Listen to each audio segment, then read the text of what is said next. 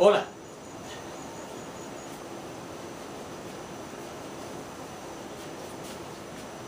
Sí.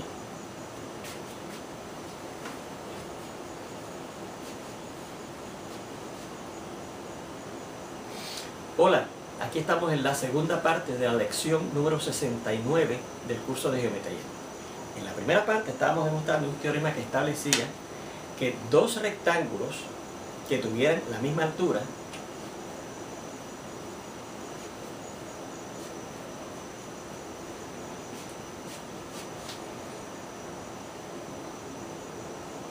Hola, aquí estamos en la segunda parte de la lección número 69 del curso de geometría.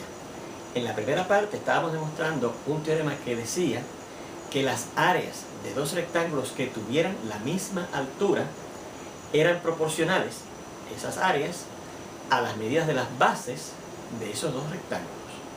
Y ya habíamos hecho la prueba siguiente. Imagínense que estos son los dos rectángulos. Y a este rectángulo primero, vamos a llevar a pesar de que está en segunda posición, vamos a llevar el primer rectángulo. Yo subdivido su base HI en un número natural de subsegmentos de igual medida todos, ¿verdad? Todos son congruentes, de medida HX, ¿verdad? Lo que mide el primer subsegmento, eso mismo miden los otros, ¿verdad?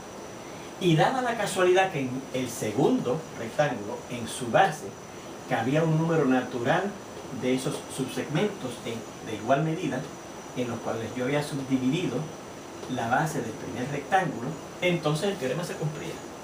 O sea, el área de este rectángulo entre el área de este rectángulo era igual a la medida de esta base entre la medida de esta base. ¿Okay? Bien, ¿qué ocurrirá si entonces en este segundo rectángulo no cabe un número natural de esos subsegmentos en los cuales yo subdividí a la base HI de este primer rectángulo? Eso es lo que nos proponemos ver ahora. ¿Qué ocurre si en el segmento AB, que es la base de este rectángulo que tenemos aquí, no cabe, no se puede acomodar un número natural de las unidades de medida, ¿verdad? Porque recuerden que esos subsegmentos en los que yo subdividí a HI, la medida de ellos me servían de hecho de medida de ese segmento, ¿verdad? Eso lo discutimos en esa primera parte de esta lección. Si aquí no cabe un número natural de esas unidades de medida en que ha quedado subdividido el segmento HI, ¿verdad? Pues entonces, fíjense lo que va a ocurrir. Partiendo del punto A, yo sí voy a poder ir acomodando 1, 2, 3, 4, etcétera, un número natural de esos subsegmentos de igual medida que me sirven de unidad de medida HX, ¿verdad? Pero vamos a llegar a un punto P, de manera que el segmento que va desde ese punto P hasta el final de la base es tan corto que no cabe la siguiente unidad de medida HX aquí, ¿verdad? Que eso es lo que estamos indicando aquí, ¿verdad? Y vamos a llegar, como dice aquí, a un último segmento, el PB este que sobra aquí, cuya medida va a ser menor que la medida de esos subsegmentos que yo fui acomodando aquí y que cabían enteros al empezar con A y llegar hasta ese punto P, ¿verdad? Así que vamos a llegar a un punto P, de manera que el segmento este que sobra aquí, PB, su medida es menor que la medida de las unidades de medida esta de los subsegmentos en que fue subdividido el segmento o la base HI del primer rectángulo, ¿verdad? Bien, marcamos esto con un 3 porque ahorita vamos a hacer referencia a él, ¿ok? Bien, considere ahora a PQ, a este segmento precisamente perpendicular a la base AB, ¿verdad? Este segmento que va desde ese punto P, que es hasta donde cabe el número natural de estos subsegmentos en que quedó subdividido la base del primer rectángulo. Yo voy a considerar el único segmento que está en la única línea que es perpendicular a esta base y que pasa por ese punto P, ¿verdad? Bueno, pues mire que entonces en este rectángulo que se forma aquí ahora, al yo considerar este segmento PQ perpendicular a la base AB, en este rectángulo APQD, no el ABCD, sino el APQC. Como en ese rectángulo sí cabe un número natural de estos subsegmentos, entre ese rectángulo, el APQD, y este original, pasa lo que dice el teorema, porque lo probamos en la primera parte, ¿verdad? Si en un rectángulo que yo tenga acá, cabe un número natural de estos subsegmentos en los que subdividí a la base de este primer rectángulo, entonces el teorema se cumple. O sea, que el área de este rectángulo, no del ABCD, sino del APQD, entre el área de este rectángulo es proporcional o es igual a la medida de la base de ese rectángulo en donde cabe el número natural de estos subsegmentos, que es la base AB, entre la medida del segmento este, que es la base del otro rectángulo, del primer rectángulo, ¿verdad? Y eso ocurre siempre, ¿verdad? Siempre. Bien. Mira ahora, si usted aumenta ahora el número de partes en lo cual yo subdivido a la base de este primer rectángulo, ¿verdad? O sea, por ejemplo, aquí yo cogí el ejemplo de que lo subdividí en 8, ¿verdad? En el teorema se habla de n subintervalos que yo tomo aquí de igual medida, ¿verdad? Pero si aumento ese número n de subintervalos, en los cuales subdivido a esa base HI de este primer rectángulo, fíjese lo que va a ocurrir. Entonces, para que quepa ese número mayor de subintervalos, la medida de cada uno de ellos va a ser menor. La medida de HX va a ser menor, ¿verdad? Porque todos ahora miden HX, pero va a ser más chiquita, más cortita, más pequeña esa unidad de medida, ¿verdad? O sea que si yo, según yo aumento el número de subdivisiones de HI, esto, la medida de HX, la medida de este segmento, que es la medida de todos ellos, va a ser más chiquita. Y como la medida de PB siempre va a ser más pequeña, porque en él no cabe el HX, si el HX es más chiquito, pues el PB tiene que ser también más pequeño, ¿verdad? O sea, que la medida de PB, la medida de este segmento chiquito que está aquí, tiende a cero como límite según yo aumento el número de subdivisiones que hagamos al segmento HI, que es la base de ese primer rectángulo. Recuerden ir copiando todo esto, todo eso que estoy diciendo en palabras debe estar explicado ahí, ¿verdad?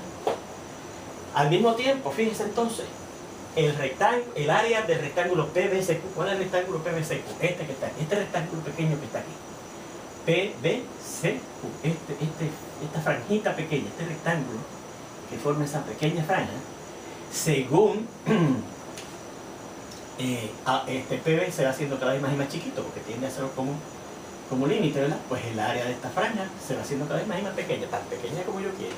O sea que el área de ese rectángulo PBCQ, de esta franjita, tiende a cero como límite, según, claro, PB tiende a cero, ¿verdad? Este segmento tiende a cero según yo aumente el número de subdivisiones de la base HI del primer rectángulo. ¿Ok? Ok, por lo tanto, entonces, si este segmento se hace cada vez más pequeñito, este segmento AP tiende cada vez más y más a convertirse en el segmento AB. O sea que la medida de ese segmento desde A hasta P tiende a la medida del segmento AB como límite. Igualmente, entonces, el área de este rectángulo, de APQD, este rectángulo ahora de acá, no de la franjita, de este que está acá, de APQD, tiene como límite al área del rectángulo completo, porque según este segmento se acerca cada vez más y más a este lado del rectángulo, del segundo rectángulo original, pues el área de él tiende a ser el área del rectángulo original, del segundo rectángulo original, ABCD. Por eso que decimos que el área de APQD tiende al área del rectángulo ABCD. ¿Ok? Luego, fíjense, hemos visto que la medida de AP tiene como límite a la medida de AB, ¿verdad? Esto tiene como límite a esto. Hay un teorema que dice que si una variable tiene un valor específico Y como límite, entonces múltiplos constantes de esa variable tienen como límite al mismo múltiplo de esta constante, que es el límite de la variable X. Así que fíjense, como esta variable, medida del segmento AP, tiende a la medida del segmento AB como límite, si yo multiplico esto por una constante, entonces el límite de esa variable por esa constante es igual al límite original también por esa constante. Y mire por la constante por la cual yo voy a multiplicar esta variable. El recíproco de la medida de HI. El recíproco de la medida de este segmento, que es la base de ese primer rectángulo que teníamos, ¿verdad? Pues mire, si yo multiplique esta variable por esta constante, su límite será el límite original de esta multiplicado también, mire, por la misma constante, el recíproco de la medida del segmento HI, de la base esta, que es constante, ¿verdad? O sea, una base de un rectángulo dado, firme. Bien, y por lo tanto entonces, como esta variable, el área del rectángulo APQD tiene como límite al área del rectángulo A, B, C, D, porque hemos visto que esto cada vez se va pegando más y más. Este segmento PQ se acerca cada vez más y más al segmento BC, según yo aumente el número de subdivisiones en esta base del primer rectángulo. Entonces, si yo cojo esta variable, porque fíjense que esta sí va variando, ¿verdad? Porque este lado de ese rectángulo APQD va variando, acercándose cada vez más acá. Si yo cojo esa variable y la multiplico por esta constante, el recíproco del área de este otro rectángulo, que no varía, porque este es un rectángulo, pues fíjense que ahí no varía nada, ¿verdad?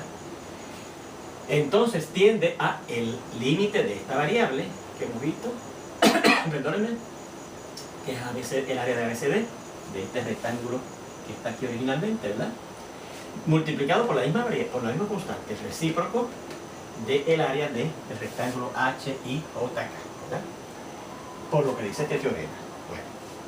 Pero entonces, fíjense que esta variable, que resulta ser en esta variable multiplicado por este recíproco, ¿verdad? Por esta constante que es recíproco de esta medida, y esta variable, que resulta ser la variable el área del rectángulo APQD multiplicado por esta constante recíproco del área del rectángulo HIJK, estas dos variables son iguales, miren aquí. Miren. El área de APQD entre el área de HIJK es igual, recuerden que esto es una forma de escribir una igualdad de dos fracciones, ¿verdad? Es igual a esta fracción, que da la casualidad que esta variable, la medida de AP, entre la medida de HI. ¿Lo ves que esto es lo mismo que esto, ¿verdad? Esto es esto, y esto es esto. Así que fíjense que aquí decía que esto iba a ser siempre igual. Bien, pues había un teorema que decía, si usted tiene que dos variables tienden a cierto límite, esta primera variable tiende a este límite, y esta segunda variable tiende a este límite. Pero ocurre que esas dos variables son iguales siempre, y lo acabamos de señalar aquí, ¿verdad? Y lo repetimos aquí. Esto, mírenlo aquí, es siempre igual a esto, mírenlo acá. Fíjense que aquí estamos haciendo la notación de fracción. Aquí la tenemos como notación de razón, ¿verdad? Pero son fracciones también, son esas mismas fracciones que están aquí. Pues si esta variable tiende a este límite y esta variable tiende a este límite, y estas dos variables, por lo que hemos establecido aquí, son siempre iguales, según ellas van variando, el teorema del límite dice que entonces los límites de ambas variables tienen que ser iguales. O sea que este límite que está aquí, el área de ABCD entre el área de HIJK, tiene que ser igual a este límite que está aquí, la medida de AB entre la medida de HI. Pues miren, eso es lo que yo quería probar, ¿se acuerdan?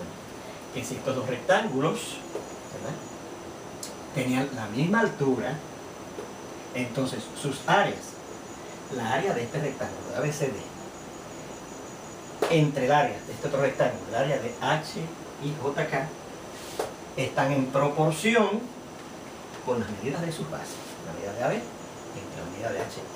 ¿Sí? Y eso es lo que queríamos probar, y eso mismo fue lo que probamos en la primera parte, cuando en esta base sí cabía un número natural de subsegmentos, de los subsegmentos en que había quedado subdividido la base HI del primer rectángulo. ¿Okay? Pues ahí está la demostración de ese teorema. Bien. Vamos a ver ahora este corolario, que es una consecuencia directa de este teorema, y lo vamos a citar aquí.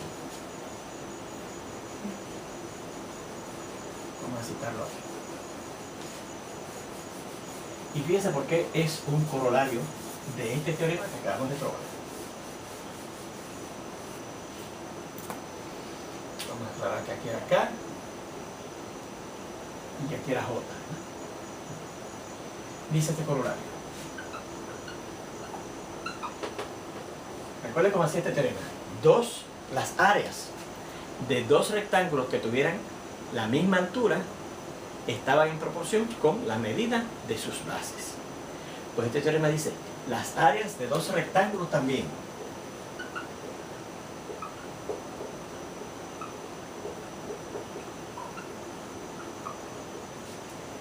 que tengan, en vez de la misma altura, la misma base, o sea, bases congruentes,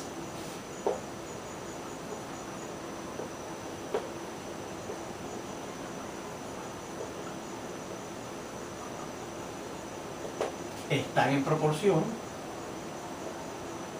de las áreas de esos dos rectángulos, ¿verdad? Las áreas de esos rectángulos están que tenga esa característica, que tenga la misma base, así como esta, están en proporción con las medidas de sus alturas. O sea que si yo divido las áreas de ambos rectángulos, me va a dar lo mismo que si divido las medidas de las alturas. Fíjense que ese teorema es virtualmente el mismo, ese corolario es el mismo teorema anterior, lo único que ahora yo hablo de que los dos rectángulos, en vez de tener la misma altura, tienen la misma base. O sea, ahora a lo mejor las bases son iguales, pero entonces las alturas son diferentes, ¿verdad? Pues entonces yo quiero probar que las medidas de las áreas de ambos rectángulos están en proporción con las medidas de las alturas ahora. ¿Y cómo se hará la demostración de ese teorema?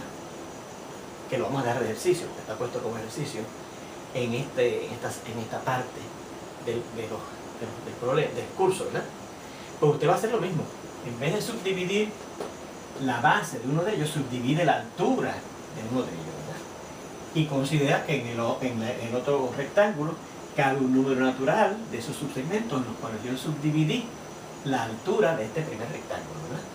Y entonces si aquí cabe en la altura de ese segundo rectángulo un número natural, pues sale directamente el teorema y después considera la situación que consideramos ahora en esta segunda parte de la demostración del teorema. Si no cabe un número natural de los subsegmentos en que haya quedado subdividida la altura, la altura, ¿verdad?, de este rectángulo de acá, si no cabe un número natural de ellas en la altura de este otro rectángulo, entonces se hace un análisis muy parecido.